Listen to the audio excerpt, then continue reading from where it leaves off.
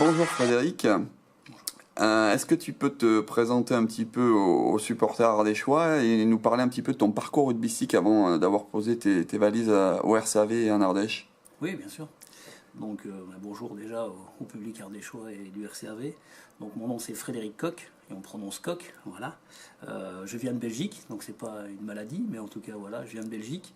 Je suis papa de 3 enfants, je suis marié et j'ai 47 ans. Voilà, et donc mon parcours rugbystique, en fait, j'ai fait beaucoup de judo jusqu'à l'âge de 17 ans où j'étais en équipe nationale belge de judo. Et puis à la fac, quand j'ai fait des études de kiné, j'ai découvert le rugby et je me suis mis au rugby jusqu'à l'âge de 38 ans. Donc c'est comme ça que j'ai découvert le rugby en tant que joueur, mais directement aussi en tant qu'entraîneur, parce que ça me portait vraiment à cœur. Mon objectif était à l'époque de ne pas être kiné, mais bien d'être prof d'éducation physique. Et donc voilà, automatiquement, je suis rentré dans l'entraînement. Après, de fil en aiguille, je suis devenu kiné de l'équipe nationale moins de 17 ans, puis entraîneur de l'équipe nationale moins de 17 ans, ce qui a fait que j'ai pris un petit peu les rênes dans mon club et aussi à la Fédération belge de rugby. Ce qui m'a été obligé de faire, c'était de passer des diplômes. Donc j'ai passé les diplômes de l'équivalent de jeunesse et sport en France, qu'on appelle l'ADEPS. Puis j'ai eu les diplômes les plus hauts pour pouvoir entraîner au niveau international. Et en parallèle, j'ai fait ce qu'on appelait avant l'IRB, donc maintenant c'est le World Rugby. Donc j'ai les level 1, 2, 3 et coach of coaches de l'IRB.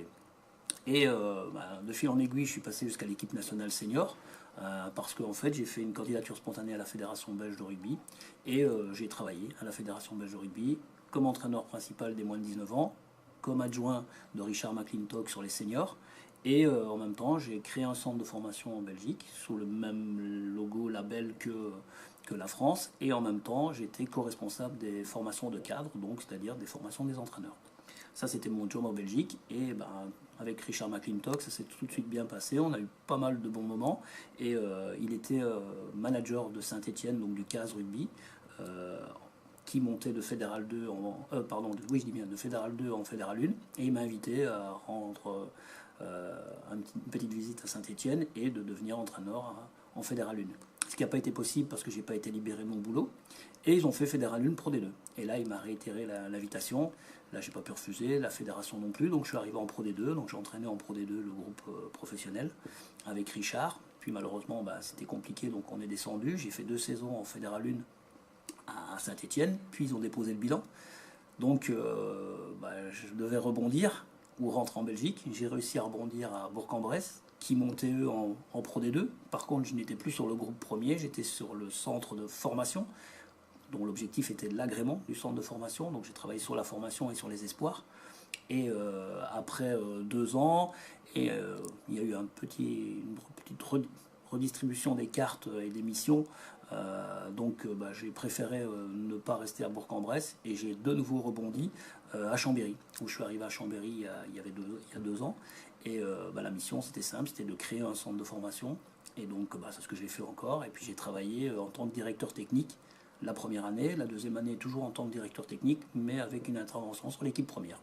Et puis voilà, j'ai eu une proposition de marque que j'ai connue lors de mon DES, puisque j'ai eu les diplômes en Belgique et à l'IRB, mais pour avoir la carte professionnelle en France, il faut avoir un diplôme d'État. Donc j'ai fait le DES il y a 4 ans, c'est là où j'ai connu Marc Reynaud. On s'est tout de suite rapprochés, on s'est tout de suite bien sentis dans le même rugby, avec évidemment des parcours différents, mais voilà, ça s'est super bien passé. Puis il m'a dit un jour on travaillera ensemble. Voilà, ce jour est arrivé, j'en suis bien content. Et qu'est-ce qui t'a séduit du coup pour rejoindre le RCAV? Voilà, donc évidemment Marc, parce qu'on a la même vision du rugby, donc ça c'est très très bien. Justement, cette vision, est-ce que tu peux nous en parler un petit peu? C'est un rugby évidemment moderne, alors ça va peut-être être redondant, mais c'est vrai que c'est un rugby moderne, en adéquation avec son temps et avec de l'entraînement, de la préparation physique, mais aussi un rugby réfléchi, pas uniquement sur l'engagement, mais bien, comme dit Pierre Villepreux, c'est play where is easy to play, donc c'est jouer où c'est facile, et donc c'est de menacer toute la partie du terrain, qu'elle soit en largeur ou en profondeur. et de pouvoir jouer non pas avec des numéros dans le dos, mais avec des solutions en fonction de la situation qui se propose. Et ça me faisait vraiment, vraiment plaisir, parce qu'on rentre parfois dans des canevas de jeu qui sont plutôt stéréotypés, et avoir un rugby total, mais vraiment total pour tout le monde, c'était quelque chose qu'on partage avec Marc et qu'on voulait mettre en avant. Donc ça, c'est la première chose. Et puis après, c'est le projet qui est défendu par le président Manin, hein, qui est de recentrer le club sur les jeunes, s'appuyer sur la formation, parce que on sait qu'un club de Fédéral 1 élite, c'est quelque chose qui coûte cher, et que aujourd'hui, s'appuyer sur la formation, c'est quelque chose qui est ancré, qui est solide, et en même temps qui coûterait un peu moins cher. Donc si on a bien retenu tout ce que j'ai fait jusque-là, on me proposait de mixer le haut niveau et la formation. Et c'est vraiment ces deux points, Marc Reynaud et mixer formation et haut niveau, qui m'ont décidé à venir rejoindre le RCAV. Et j'en suis très très content, et j'en suis persuadé que ça peut marcher. Très bien. Est-ce que tu peux nous parler un petit peu de ton rôle précis à toi? Tu vas être donc l'entraîneur principal, c'est ça? Donc voilà, vu que Marc est toujours manager, il n'y a pas de souci là-dessus, donc c'est lui qui va chapeauter toute l'équipe et tout ce qu'on peut y faire. Après, mon rôle, vu que Alex Audebert ne vient que par moment, voilà, ce serait d'être entraîneur principal, parce que moi je serai là à temps plein, de faire vivre le groupe, bien sûr en adéquation avec Marc et avec Alex, hein, ça c'est clair, mais de faire vivre le groupe, ça c'est important. Aussi d'apporter le projet de jeu, voilà. Donc Marc m'a demandé d'avoir ce projet de jeu qu'on partage ensemble, de pouvoir l'écrire, et donc qui est un peu novateur, qui va reprendre des termes de ce qu'on avait déjà fait l'année dernière, enfin en tout cas de ce qu'avait fait, voilà, j'y suis déjà, de ce qu'on avait déjà fait l'année dernière, mais aussi d'apporter des nouveautés pour les joueurs qui restent, parce qu'il y a des choses qui marchaient moins bien aussi, il faut pouvoir se le dire, et c'est pas une critique envers ce qui s'est passé l'année dernière, mais voilà, c'est d'apporter quelque chose de nouveau dans lequel on croit. Et puis après, c'est d'entraîner les lignes arrières aussi, hein, puisque voilà, Alex plus sur les avants, moi plus sur les arrières. Voilà, c'est un peu mon rôle au sein du club sur l'équipe première. Et puis après, le président m'a demandé de pouvoir travailler, parce que la formation fait vraiment partie intégrante du projet que je veux défendre avec le président et Marc.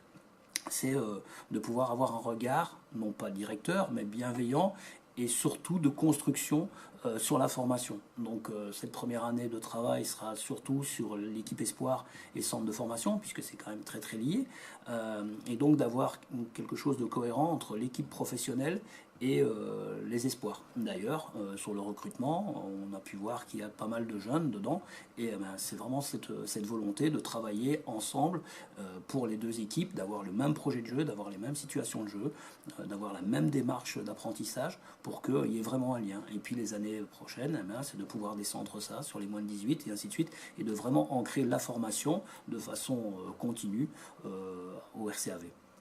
Très bien. Est-ce que tu peux nous parler un petit peu de la poule élite pour cette première année d'existence? Qu'en as-tu pensé et comment as-tu trouvé le niveau des rencontres? Alors moi, très très très content. Sincèrement, très content. Aujourd'hui, il y a toujours 2 ou 3 clubs qui se démarquent dans la Fédérale 1, qu'on va appeler classique, hein, le trophée Jean Prat, et donc avec des matchs, et sans dénigrer les équipes, un petit peu plus faciles, et 1 ou 2 matchs, je vais dire, plus difficiles.